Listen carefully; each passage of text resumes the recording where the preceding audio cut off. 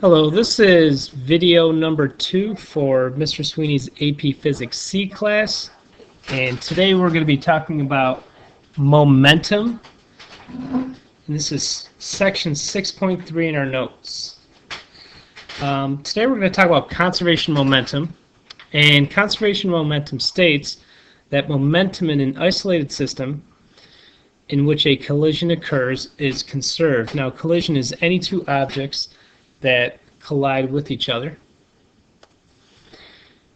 So we have physical contacts between two objects. They're in a system. The momentum that was there before the collision is there after the collision is there. For the system, it needs to be isolated for momentum to be conserved. That means that no forces are acting on it from outside the system. This also includes friction, so no friction can be acting on the system. And again, conservation momentum, specifically total momentum before the collision, is the total momentum that's there after the collision. And that is the essence of what conservation momentum is. Mathematically, we model this by just saying momentum before equals momentum after.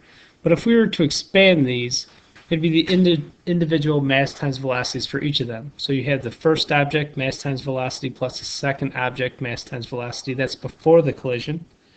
That's equal to those added together, mass times velocity for the first object, plus mass times velocity for the second object after the collision.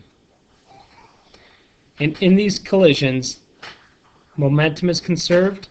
The combined momentum before and after is equal to each other. And we can expand this to any number of objects. We're primarily going to be looking at two object systems or three object systems, but this could be expanded to an infinite number of objects. When we're talking about conservation momentum, the idea of elasticity is extremely important. For elastic collisions, these are collisions where the kinetic energy of the system is conserved, meaning that whatever kinetic energy is there initially in the system is equal to the kinetic energy of the system after the collision. This is for the system, not for individual parts. An inelastic collision states that the kinetic energy of the system is not conserved. So this happens when there's some deformation. Some of the energy of the system has left the system because of deformation primarily. So elastic materials return to their shape. If they lose some of their shape in the collision, we say it's inelastic. Kinetic energy will not be conserved. Now, if we're looking at types of collisions, there's three types of collisions we're going to look at. There are collisions that stick together. Those are inelastic collisions. We have classic collisions that bounce apart. Those are elastic collisions. And we have explosions, which are collisions that occur where two objects relative to each other are still at rest. So let's take a look at this first scenario, collisions that stick together. In this scenario, we still have the two objects separate before the collision, mass times velocity plus mass times velocity. That's equal to the total mass of our system times the velocity of our system. And in this example, we have a 70 kilogram friend who's so happy to see you. It runs at you with a speed of 5 meters per second. The stationary friend has the same mass of 70 kilograms. On impact, you're swept off your feet, and you find the two of you are moving together. What I want to know is what is the speed that you and your friend are moving at after the collision, and what is the speed of the center of mass of our collision prior to the collision. So we're going to start this by setting up our equation. It says the momentum before the collision is equal to the momentum after the collision. Before the collision, it's just your friend and his velocity running at you. After the collision, both your velocities are moving together. They're added together. Your masses are added together, and that's a combined mass with one final velocity.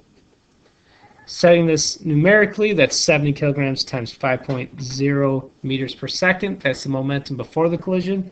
After the collision, the two masses are added together. 70 plus 70 is 140 times the final velocity. And this gives us a total final velocity of 2.5 meters per second. This is the velocity of the two objects combined together after the collision. This is also the velocity of your center of mass prior to the collision. Remember that center of mass moves consistently regardless of any collisions that occur between parts of the system. So if we know that the center of mass after the collision is 2.5 meters per second, we know the center of mass prior to the collision is moving at 2.5 meters per second. Moving on to our second type of collision, collisions that do not stick. In this scenario, the two objects are separate before the collision and after the collision. So in this example, we have a 0.015 kilogram car moving to the right at 0.02 meters per second, has a head-on collision with a 0.2 kilogram car moving in the opposite direction at 0.03 meters per second. Because these two objects are moving in opposite direction, momentum is a vector, we need to make sure that we give these two objects different signs for before and after. After colliding, the 0.15 kilogram car moves with a velocity of 0.27 meters per second to the left. That is different than its original direction. Initially, the 0.015 kilogram car was moving to the right, now it's moving to the left, so it changes direction, so it can't share a sign with its original velocity. And that the velocity of the 0.02 kilogram car after the collision, this is what we want to find out. So to set this up, we have our momentum before equals momentum after equation. That's V1 mass 1, V2 mass 2 equals V1 final mass 1 plus V2 final mass 2. And plugging into our values, we find this equation down below. Note that the positive and negative signs are appropriate to right being positive. So the 0.02 meters per second is to the right because it's positive. 0.03 meters per second is negative because it's to the left. 0.027 meters per second is negative here because it's moving to the left. And our answer and velocity will, depending on its sign, agree with whatever we're looking for. And looking at this, we find that velocity 2 final does have a velocity of 0.0053 meters per second. Moving on from here to our last type of collision, this is an explosion. In this scenario, the mass velocity of the system initially is 0 for objects at rest. It can be a constant velocity for objects that are moving before they explode. In this next example, we're going to look at an example of something that is at rest to start. So in this one, we have a 730 Newton student. That's equivalent to a 74.4 kilogram student, because you could divide out acceleration due to gravity to find the mass. This student stands in the middle of a frictionless frozen pond having a radius of 5 meters. He's unable to get to the other side because of the lack of friction between his shoes and the ice. To overcome this, he throws a 2.6 kilogram physics textbook horizontally towards the north shore at a speed of 5 meters per second. Imparting some momentum onto the book allows this person to slide to the outside of the pond. The center of mass of this system will always be in the center of the pond. Just the two objects will move apart, maintaining that center of mass. And we're going to find out how long it takes this person to reach the outside of the pond. To do it first, the initial of the system is, or initial momentum of the system, and thereby the momentum of the system as a whole, is always 0.